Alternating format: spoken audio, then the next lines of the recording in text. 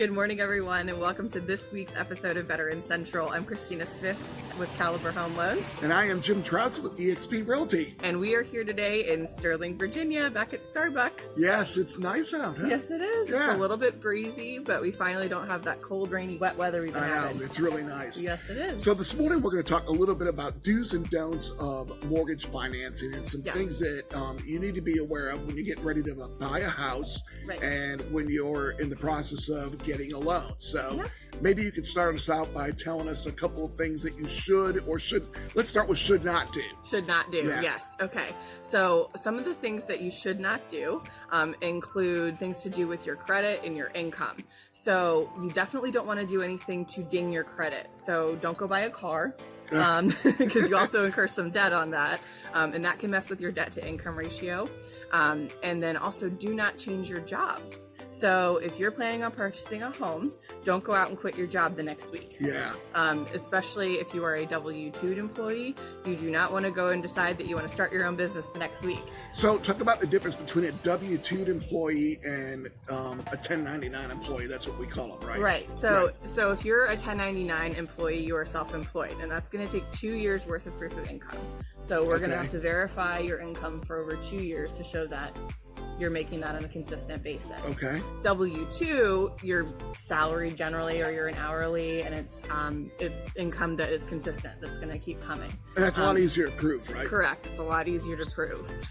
So that's definitely a huge point. And then I already mentioned don't purchase a car. So just don't purchase anything. We're else just talking big. about that, right? Yes, we were. Yes, we were. Absolutely. In the process right now. But you just want to make sure that also that you have the funds that you originally had in your accounts when you're purchasing a home. Right. Main reason being that we have to source those funds. Now explain what you mean by source those funds, because we hear about that a lot, but what does that mean, source? So sourcing, so document those funds, where they came from. So if you have $5,000 that you've had at home under your mattress, which we call mattress money, and all of a sudden you go and deposit that in the bank, we don't know where that money came from.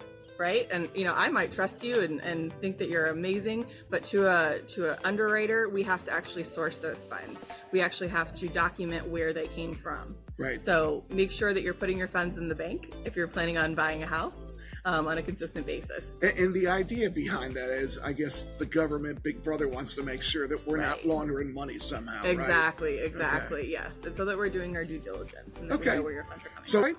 Well, that's great information. So we're going to do our veterans recognition today. Yes. And one of the veterans I recognize is a guy by the name of Steve Ronayne.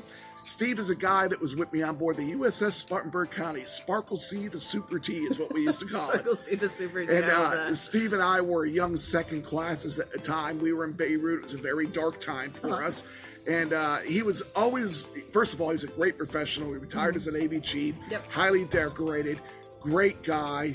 One of the smartest guys I think I ever met, and he made life really bearable during that time. Because I know you said it was a pretty hard time. Yeah, it was. He and a guy named Johnny Boats we talked about before, and a couple of other folks. But Steve, thank you for your service. Thanks for being a shipmate, and thanks for making things really bearable during those dark times in Beirut. So. Yes, thank you for your service, and thank you to everyone who has joined us today. Thank everybody for their service, all you veterans. Absolutely, yes. That is the purpose of what we do. We serve our veterans, and we thank you for everything that you've done for us so that we have the opportunity to do that. Absolutely. Yes. I said absolutely this time. Yes, you did. We've been trying to count how many times he says right, and I say absolutely, and I know it's a lot.